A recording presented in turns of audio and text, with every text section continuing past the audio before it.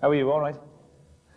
Tremendous job this cleaning the trophies. There've been some tremendous cups and medals and trophies, as I say, won by the famous Wolverhampton Wanderers down the years. 1988-89 season was a tremendous season for everyone connected with the club, and this is just a small, how can I say, a small recollection of memories that I've had from standing at the back of the goalmouth there, watching the team doing so well.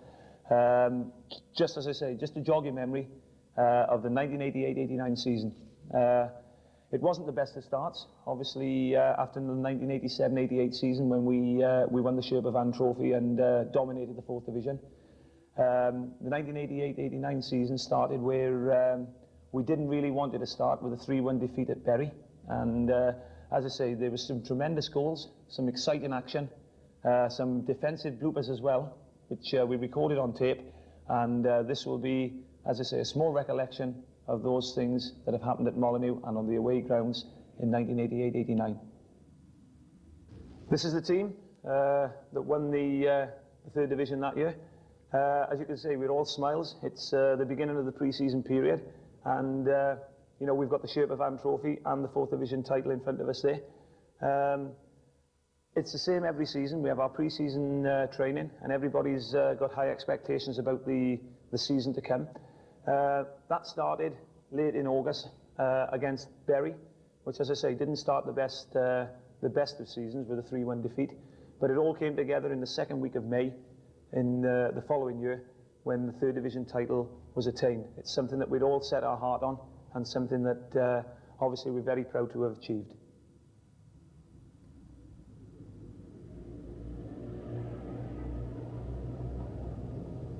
The defeat at Bury told its own story.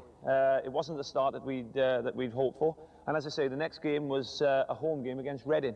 I'm afraid that the problem there was that we fell for the Reading set-piece long throw, which was taken from the place that I'm standing in now, was thrown into the goalmouth, and that gave Reading the 1-0 lead.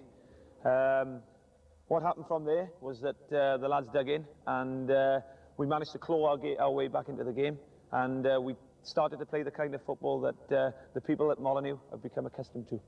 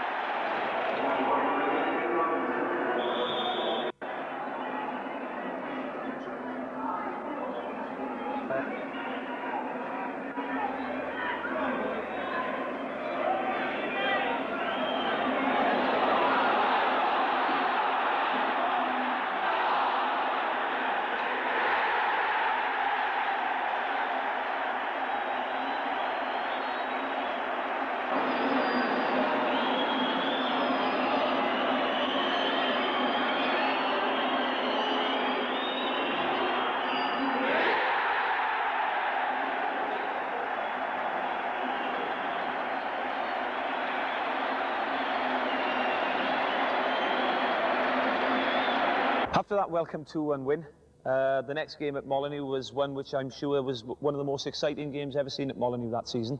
The tremendous 3-3 draw against Port Vale. The bad thing about that was that Robbie Earle's first goal, which came after 14 seconds, tied the record that of the quickest goal ever let in by yours truly. 14 seconds, as I say. But the lads really dug the reels in, came back in tremendous style. And as I said, it's one of the most exciting games that I've ever played in at Molineux, and I'm sure that you would think the same.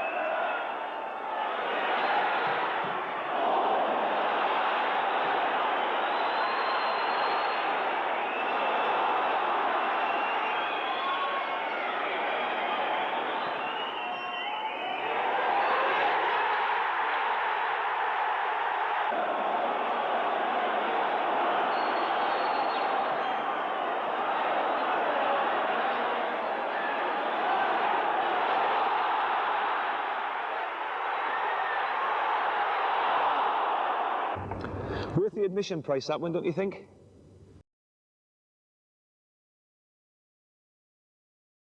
Well, here I am, standing on the south bank, and what a tremendous place to watch a football match from. A little bit of a different angle to what I'm used to standing in the goals there.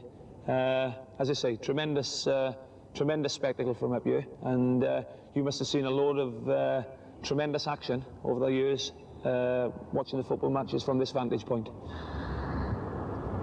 Yes, it is a tremendous view from up here, and the next clip that we're going to go into is the game against Fulham at Craven Cottage. Little did they know the part that they were going to play in our season, and that will be seen a little bit later in the video. But as I say, straight into the game at Craven Cottage in a 2-2 draw. A tremendous start for the lads, but it seemed as if all our good work was going to be undone.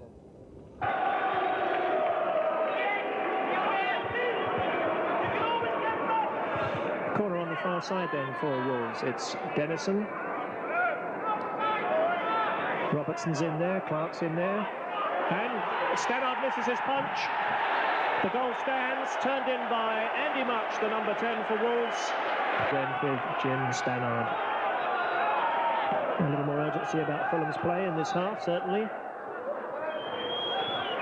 And a great flick on by Andy Sayer. Now then from Wilson, finish, a tremendous goal by the Fulham skipper. That's what the home fans have come to see. Andy Sayer with the flick on. He threatened to do it just a couple of minutes ago. Gained by the scruff of the neck and come back from a very rocky first 45. And enjoying their best spell of the game here. Ball in midfield falls to Gary Barnett. Now Andy Sayer surely being pulled back. The referee has given a penalty. Absolutely correct in my opinion. In the space of 2 minutes, Fulham have a chance to completely turn the game around. Skinner against Kendall. Is this number 2? It is. The perfect penalty by Justin Skinner. Sends the keeper the wrong way. The Fulham fans on the Hammersmith end are ecstatic. It's the wrong one because it brought them their opening goal. Phil Chard. Flick on by Phil Gooding. Likes to add his height to the forward line. It's Gooding on the burst, and a great goal from Gooding. Gary Bellamy, the number 2, up supporting the attack, laid the ball into the path of Mike Gooding, the young man who was unlucky with a shot in the first half that came back off the post, making no mistake this time, a right footer in under that crossbar of Jim Stannard. Robinson. Bellamy it is. Bellamy, and tremendous save by Stannard. And the whistle's gone. There's an offside flag raised. The goal won't count. Stannard parried the first drive from Gary Bellamy. Gary Barnett's corner. In it comes. Gary Peters is up and jumping. Peters again. Andy Sayer. And the ball falls to Wilson, and the ball is in the Wolves net, but the linesman's flag is up. And just as we've had a goal disallowed at the other end, this time it's a Fulham forward who's offside.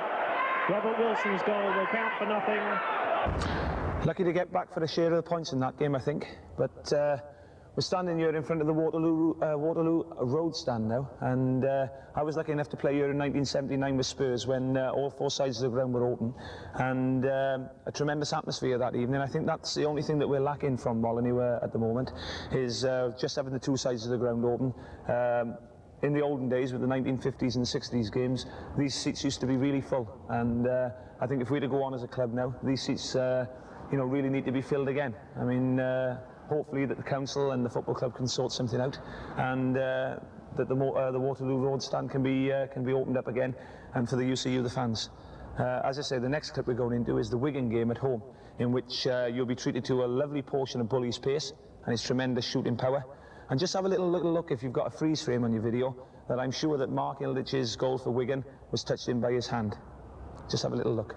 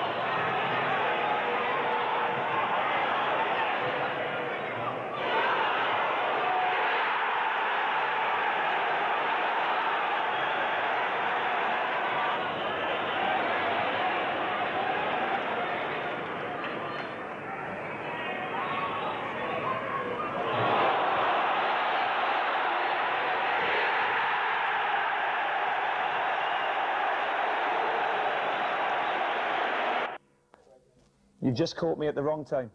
In the makeup chair, ready for the video. As I say, next on my list is the game against Bolton that we had at Burnden Park.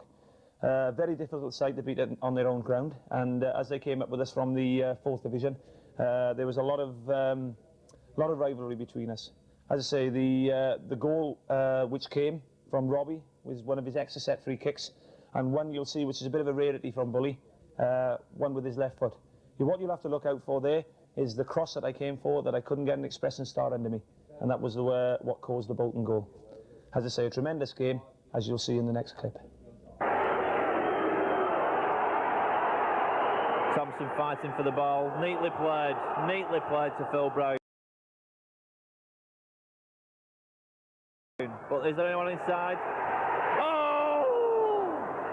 Stevens with a header, but well saved by Kendall. Henshaw up against Stevens. What can he do? Ball out to Henshaw again. Deep cross, Morgan. It's a goal! Morgan has won every header he's been going for today, and now he has put it into the net.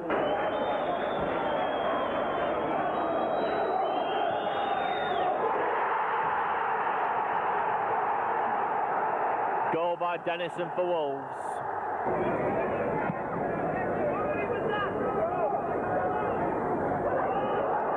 Ball with a chance. Oh no.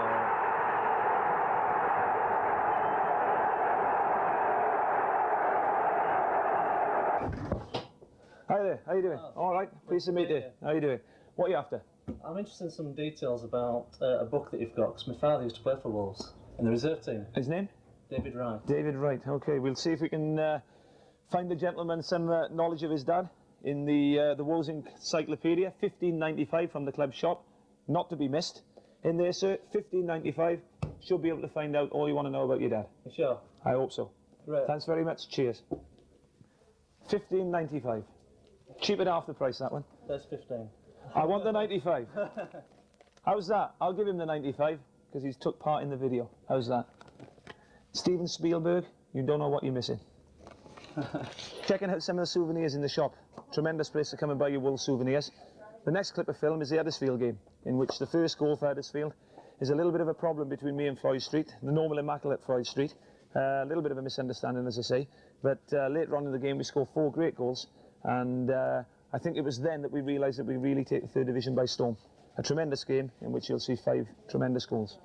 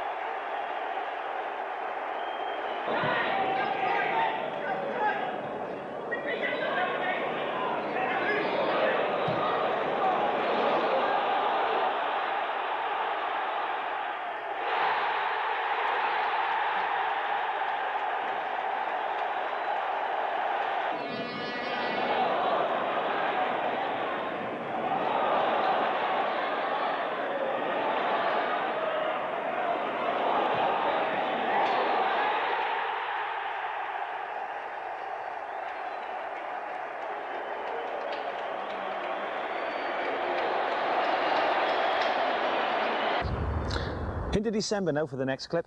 It was a tremendous game for everyone associated with the club. Christmas came early, really. We had a sack full of goals in a 6-2 win. And if you notice a little bit later on in the clip, you'll see one of groundsman Bill Pilgrim's cunningly placed divots helping Andy Thompson to a long-range cracker. That's my excuse. Billy is telling me that's where I mark the 6-yard line. I'm not supposed to do that, really, but as I say, it's helped Andy to a goal. And as you see later on in there, it really took a little bit of a deflection.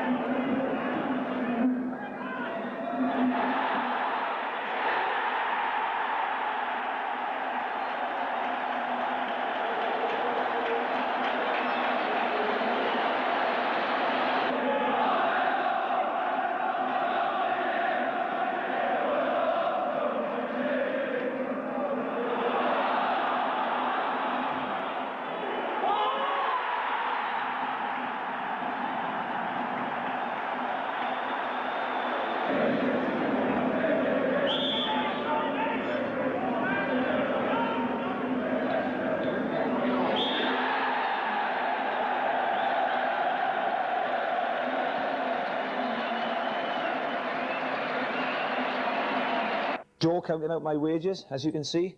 Lots of £10 notes there. The problem being that I get mine in twopence. A tremendous way to earn your living. Our last game of 1988 came at Griffin Park, Brentford. Just as Andy Thompson's long-range cracker in the Mansfield game caused Brian Cox, the Mansfield keeper, some problems, I get called out in this game by a long-range shot from Keith Jones. 2-1 down with 3 minutes to go. Who do you ask for in a crisis? That man Bully again comes up with the winner with just, as I say, 3 minutes to go. Our last game in 1988 was to set up a tremendous 1989 for us. Still patiently probing and keeping possession, keeping their heads. Neil Smiley with the cross, forward for Kevin Godfrey, and Godfrey scores! After 8 minutes, Godfrey with his first goal for Brentford. Position, in fact, to the one where Millen hit the bar. And from Kendall, and must be by Evans, it's put in, and that's number 2. And it's the same combination, and it's not given. The referee has called play back. He said he's quick, he's lightning reflexes in the box, and there, in fact, is a goal for Wolves. And it's Andy Watts to number 10.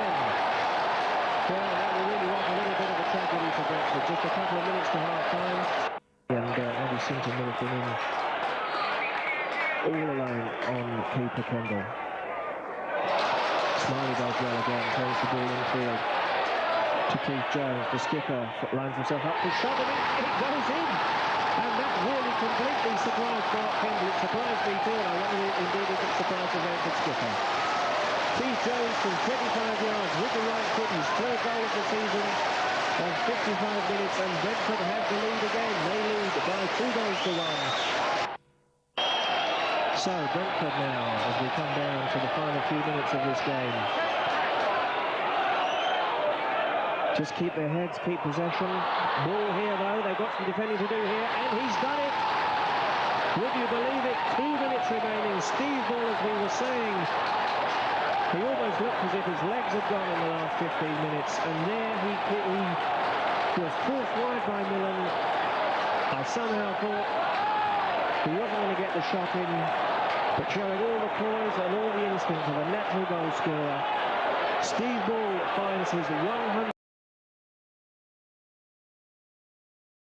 league and cup goal in 88 minutes, and Wolves have got it back to 2 apiece. Probably one of the unseen places at a football club. Liverpool have got a very famous one, a boot room. As I say, here I am cleaning my boots for one of the games, and trying to keep them in a bit of tip-top condition. As I said earlier in the video, Fulham really didn't know the part that they were going to play in our season. They came to Molineux and were involved in a tremendous 5-2 game. The goals that I say were of the best quality, and later on in the clip, if you just have a little look out for one of the best own goals I've seen from Fulham's Glenn Thomas.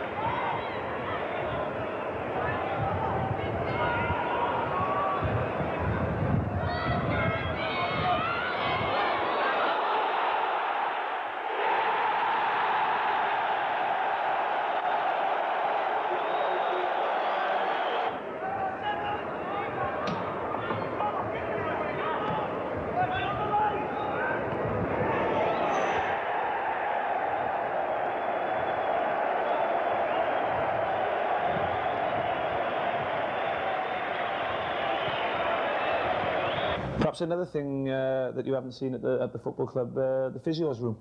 Here I am sitting on the treatment table. You know, I spent a lot of 1989 on that with the problems I had with my right knee. But luckily enough, I managed to come back early May to play in the Northampton game. And what a tremendous game then we had on the 9th of May, Tuesday evening, with Sheffield United. They were involved in the FA Cup. So luckily we had a rearranged game, and the script writers couldn't have staged it any better. Tremendous evening between both clubs. The fans, the players, and the officials of the clubs made a tremendous night. As I say, a very memorable night at Molineux. A 2-2 draw. We took the lead with Steve's great header. They came back with 2 tremendous goals, and there we are, what we've come to expect from Robbie, another one of his tremendous free kicks. You've seen 26 goals so far in the video, and the next 2 that you see turned out to be 2 of the most important of the season. It sent us up into the 2nd division as 3rd division champions, and fair play to Sheffield United. They played tremendously well, and the draw gave them the runners-up spot. Andy Much, Dennison,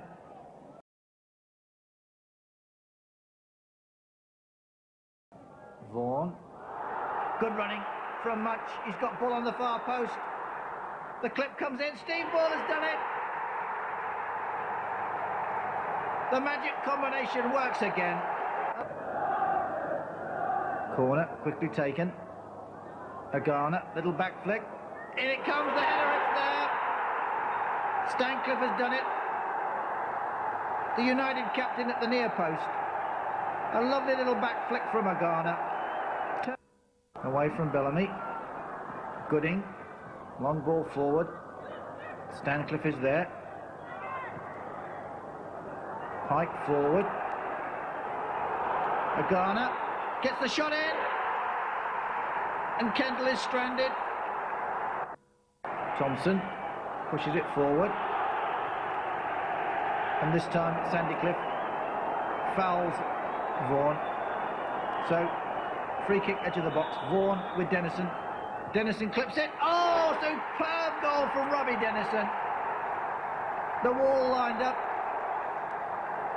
Dennison saw a gap, took 2 steps forward and clipped it over the wall, and neatly inside Tracy's left-hand post.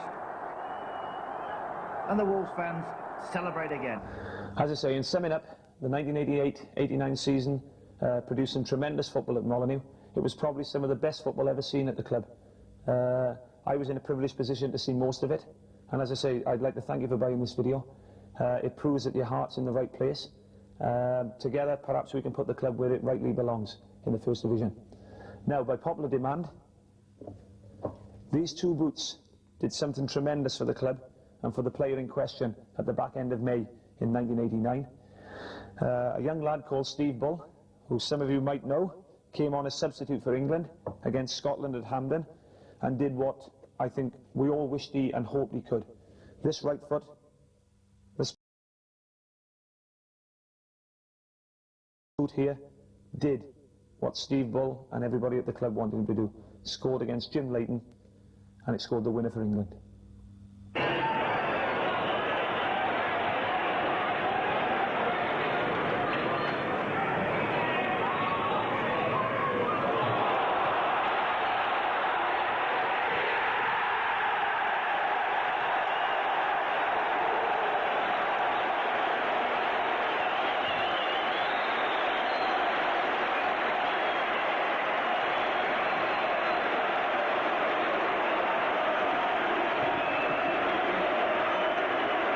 That was a magic moment for Steve. Well, here we are back in the club shop, where you can purchase your extra copies of this video from, as I say, from the club shop. And you better get down here quick. They go in like hotcakes. I'm just off to collect my new car from the Wolverhampton Toyota dealers.